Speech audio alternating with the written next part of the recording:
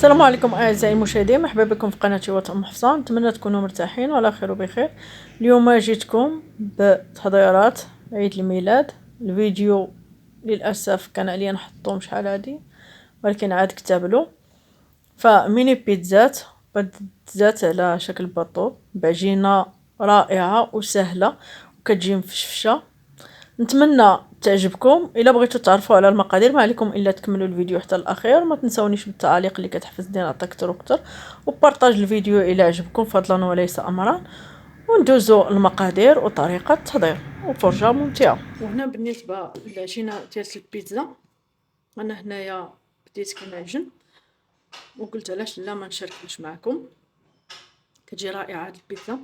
عندي هنايا ربعه ديال دقيق الرطب، هذا خاص بالحلويات. درت لها 4 كاس ديال زيت البلديه، معلقه صغيره ما عمرش ديال الزعتر محكوك، ودرت لها شويه ديال الملحه، ومعلقه صغيره ديال سنيده، ومعلقه صغيره ديال خميره الخبز فقط لا غير. ودابا كندلكها بالماء، جمعتها بالماء ودابا حطيتها في مكان للاشتغال. هانتوما كتشوفوا عندي شويه الماء في الكاس هنا، وغنبقى ندير غير شويه وندلكها. هنايا غندلكها انا غير بيد وحده حيت عندي غير شويه، انا ما بغيتش ندير بزاف. بالماء مده 10 دقائق، المكان للاشتغال يكون نقي. غنديروا ميني بيتزات صغيورين باش نحطوهم في مائده ديال عيد الميلاد تحفظها. هي عزيزه عليها البيتزا، فانا كنحاول ندير غير شويه من الحاجه باش نفرحها فقط. فهنا غنستمر تندلك العجينه ديالي مزيان، وانا كنخفف فيها بالماء. هانتوما كتشوفوا كتلتصق مع سطح العمل. خص العجينه تكون شويه خفيفه باش كتجينا منفوشه البيتزا.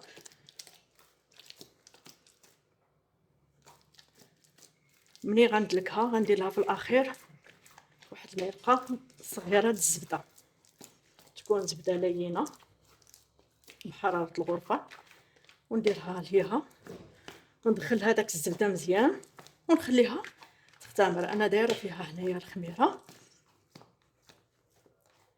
معلقه صغيره، هانتوما كتشوفوا كتلتصق، ولكن غنحاول نجمع هادشي.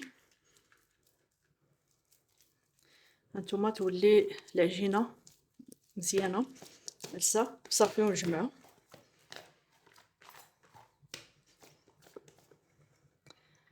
غنستمر انا كنرش غير شويه د الماء وانا كندلك باش ما نطولش عليكم الفيديو.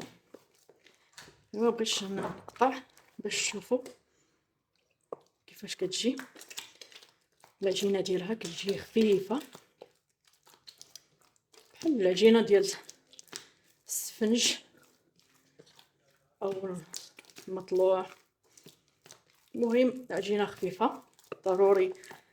انا كندلكها بالنسبه للبيتزا، كندلك العجينه باش كتجيني زوينه. انا غنستمر ونعاودو نتلاقاو باش نكملو. وهنا كما كتشوفوا بعد ما دلكتها غناخذ شويه ديال معلقه صغيره ديال الزبده قياس. هذا هو نتوما كتشوفوا زبده لينه بحراره الغرفه، ونحاول ندخلها فيها بدون ما ندلك. انا صافي دلكتها، فغنحاول ندخل فيها غير الزبده باش العجينه كلها تلبس بداك الزبده اللي ديالنا، ونجمعها ونغطيها بالفيلم بالبلاستيك الغذائي ونخليها تختمر. نعاودو نتلاقاو باش نكملو تحضيرات البيتزا. هادو غنعمرهم انا غير بالطون والزيتون ولا صوص من طبيعه الحال ديما مطيشه. كيجيو زوينين. هانتوما كتشوفوا العجينه كتجي مرخوفه وزوينه.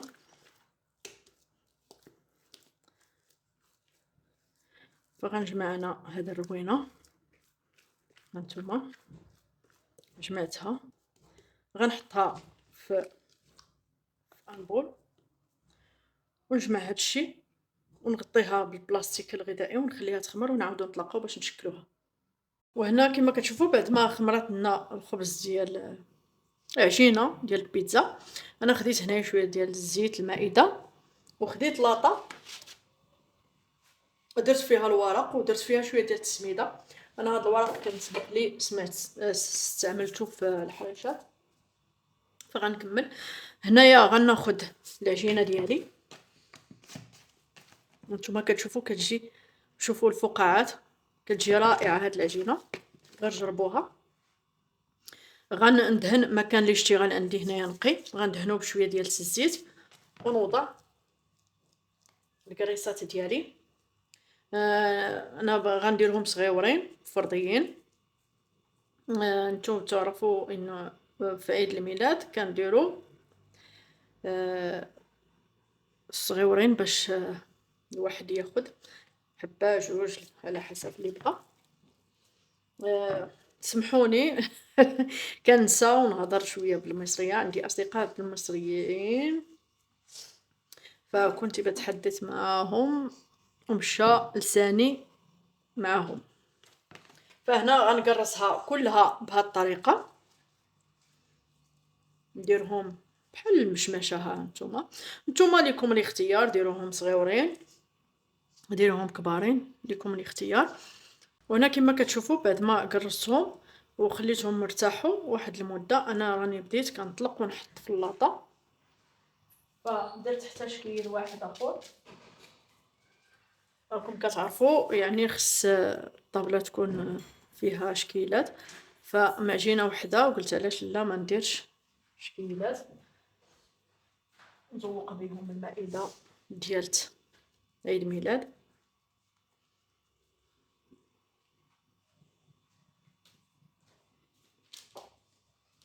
وانا كنبسط، هانتوما كتشوفوا تبسط بسهوله. العجينه رائعه، نتمنى تجربوها كتجي زوينه.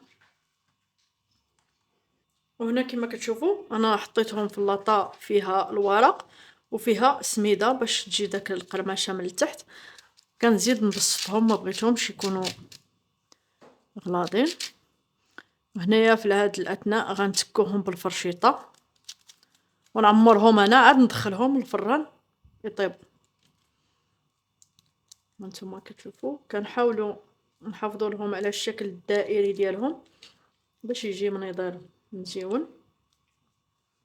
هنا كما قلت لكم انا درت البيتزا التركيه اللي كيديروا بحال شكل الباطو. ها هي انا درتهم باطويات صغيورين،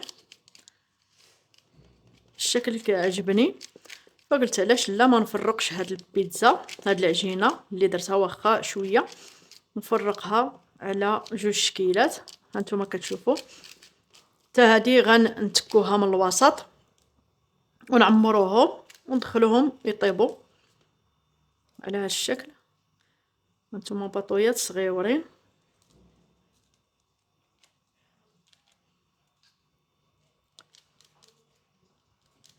كنحاول نقادهم نخلي لهم الجوانب مرتفعه والوسط ندير هاني الفرشيطه غنتك.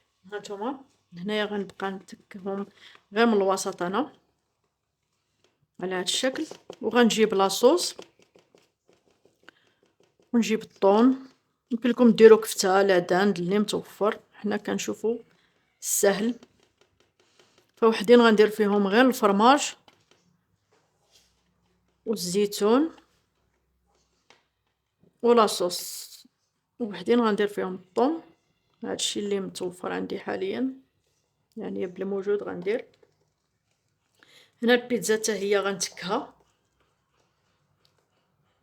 وهنا كما كتشوفوا انا غناخذ لاصوص، ها هي عندي درت لها شويه ديال الزعتر وغندير هنا في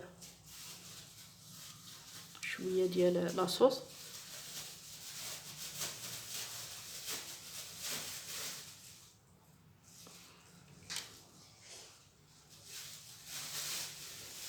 هادو غندير فيهم غير لاصوص والفرماج فقط.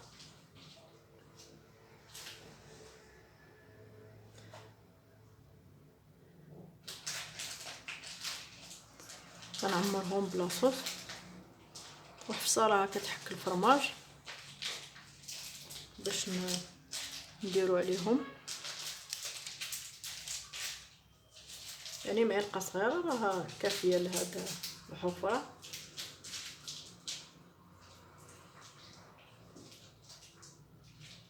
دابا غندير البيتزا.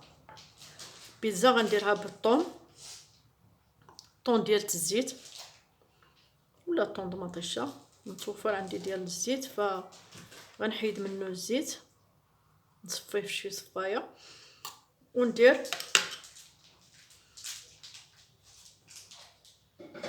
الثوم والزيتون. كيتواتى الزيتون مع الثوم. اوكي. هنا كنديروا الفرماج بعد ما حكيناه. هانتوما حكاتو حفصه، فغنديرو هنايا فوق لاصوص. يمكن لكم ديروا كما قلت لكم الكفتيله متوفره، لا داند انا ما متوفرش، فغنقضي باش ما كان. المهم هي العجينه كتجي رائعه الا جربتوها، وانا متاكده بانها غتعجبكم.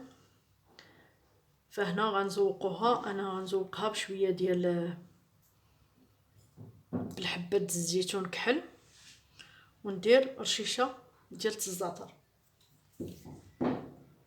وهنا بعد ما درت حبات ديال الزيتون كحل غندير رشيشه ديال الزعتر، كتعطي واحد المذاق زوين. غير رشيشه صغيره.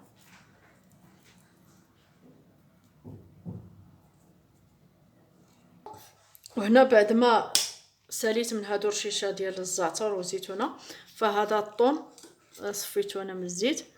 غندير هنايا شويه، كل وحده ندير فيها شويه وندي نزوقها بالزيتون اخضر. غندير الزيتون اخضر كيتواتى مع الحوت.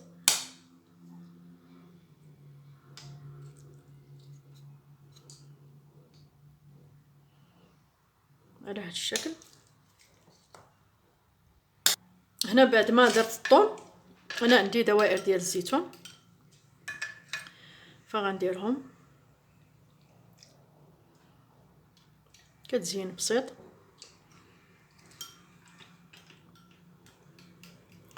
ونرش الفرماج. انا في هذه الاثناء غندير الفران يسخن، يعني غنشعلو باش نطيب البيتزا ديالي.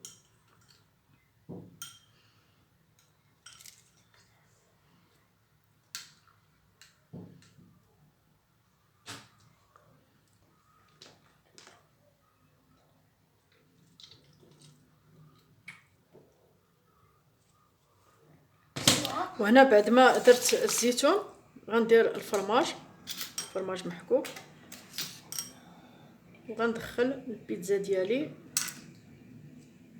اللي بحال الباطو ديال تركيا، البيتزا العاديه للفران، ونعاودو نتلاقاو باش نشوفوا التشكيلات النهائيه. وكما كتشوفوا اعزائي المشاهدين، هذا هو الشكل ديال البيتزا ديالنا بشكلين: بيتزا العاديه، بيتزا على شكل الباطو كما كيديروها التواركه. كتجي رائعه والعجينه ديالها مفشفشه، هانتوما كتجي محمره، كتجي روعه. غير جربوها، انا متاكده غتعجبكم هاد العجينه وسهله في التحضير. وكما كتشوفوا كتجي رائعه. وحنا كما قلت لكم انا هادو التحضيرات ديال عيد الميلاد غنشارك معكم عيد الميلاد ديال حفوصه. تحضيرات بسيطه على قد اليد. حاولت نشكل بعجينه وحده، درت 2 شكيلات. نتمنى البيتزا تنال اعجابكم، ميني بيتزات والعجينه ديالها تنال اعجابكم وتجربوها في بيوتكم. وما تنساونيش بلي لايك وتفعيل الجرس باش يوصلكم كل جديد. وبالصحه والراحه والى وصفه مقبله ان شاء الله.